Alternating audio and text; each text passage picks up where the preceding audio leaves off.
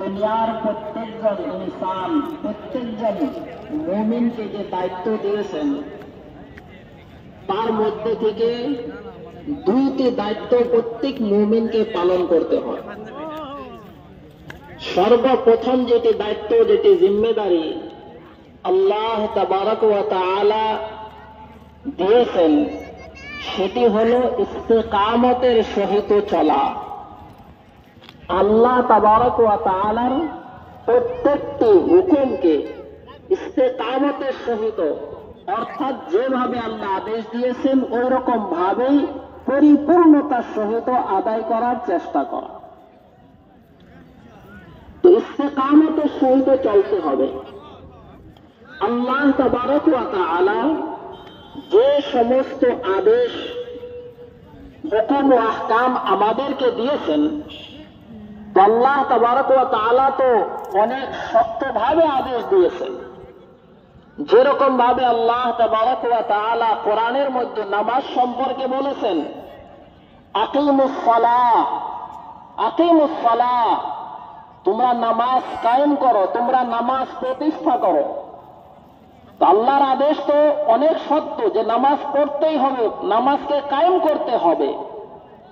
কিন্তু যখন এর পদ্ধতি আসে যে নামাজ কিভাবে কায়েম করব, তাহলে ওই সময়ে গিয়ে ওই শক্ততার থেকে অল্প স্বল্প হয়ে যায়, অর্থাৎ পদ্ধতির মধ্যে অনেক নরম এসে যায়। যেরকম ভাবে ফরজ নামাজের মধ্যে দাঁড়িয়ে নামাজ পড়া ফরজ, যে প্রত্যেকজন ব্যক্তি সে যখন নামাজ আদায় করবে তখন সে দাঁড়িয়ে নামাজ আদায় করবে, এটা ফরজ। কিন্তু যদি কোনো ব্যক্তি অসুস্থ হয়ে যায়, সে দাঁড়িয়ে নামাজ আদায় করার সক্ষমতা রাখে না, তখন সে বসে বসে নামাজ আদায় করতে পারে। যদি সে বসেও নামাজ আদায় করার সক্ষম না রাখে, তাহলে সে শুয়ে শুয়েও নামাজ আদায় করতে পারবে, ইশারায় নামাজ আদায় করবে। তাহলে আল্লাহর হুকুম তো ছিল সত্য, কিন্তু তার পদ্ধতিটার মধ্যে আসার পর তার মানুষের অবস্থা পরিস্থিতি হিসাবে অল্প সহজ হয়ে গেল। ঠিক তদ্রূপ নামাজ ওযু করে আদায় করতে হবে। নামাজের শর্ত ওযু, ওযু ছাড়া নামাজ হবে না।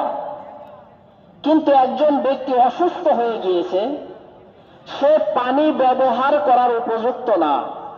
সে যদি পানি ব্যবহার করে তাহলে তার অনেক ক্ষতি হবে। তাহলে শরীয়ত তখন বলে যে এই ব্যক্তি তায়াম্মুম করতে পারবে। এরকম ভাবে সে বড় নাপাকি অর্থাৎ জানাবত হয়ে গেছে, ওই পরিস্থিতিতে তার জন্য গোসল ফরজ হয়েছিল, কিন্তু সে এরকম অসুস্থ যে সে পানি ব্যবহার করতে পারবে না, তখন তার জন্য সে তায়াম্মুম করবে। তায়াম্মুম মানে দুই হাত মাটির মধ্যে মারবে, মারার পর একবার পরিপূর্ণ মুখ মণ্ডলকে সে সেই হাত দিয়ে মুসাহ করে নেবে, আর দ্বিতীয়বার আবার মাটির মধ্যে হাত মেরে দুই হাত মুসাহ করে নেবে। তাহলে এই সময় তার জন্য নামাজ পড়া জায়েজ হয়ে যাবে। তো এই পদ্ধতির মধ্যে অল্প স্বল্পতা এসে গেল। ঠিক তদ্রূপ পরিপূর্ণ কাপড় পরিধান করে নামাজ পড়া শর্ত, অর্থাৎ সতর ঢেকে নামাজ পড়তে হবে। কিন্তু আপনি এরকম অবস্থা এমন একটি জায়গায় আছেন যে আপনার নিকট শুধুমাত্র এক জোড়া কাপড় আছে, সেই কাপড়টা নাপাক হয়ে গেছে, ওই কাপড়কে পাক করার কোনো পদ্ধতি নাই, না পানি না কোনো কিছু নাই।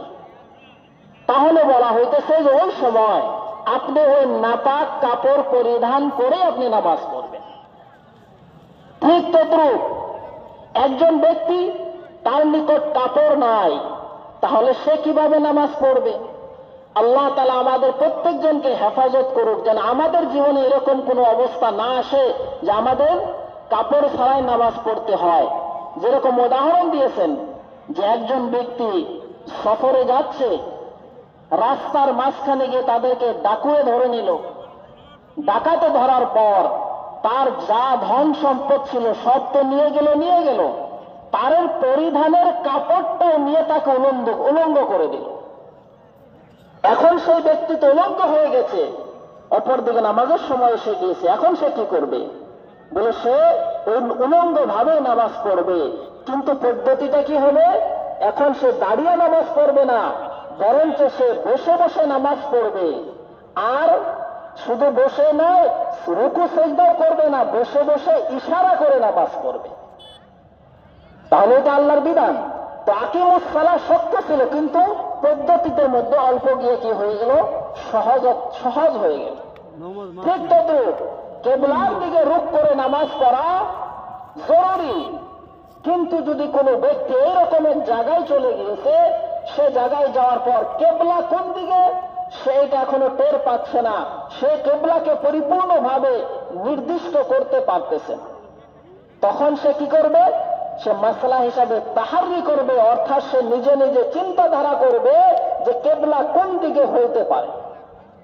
তখন সে অল্প চিন্তাধারা করার পর তার অন্তরের ভিতরে, দিলের ভিতরে এটা ইয়াকিন হয়ে গেল যে এই দিকেই কেবলা, তাহলে সে ওই দিকেই নামাজ পড়বে।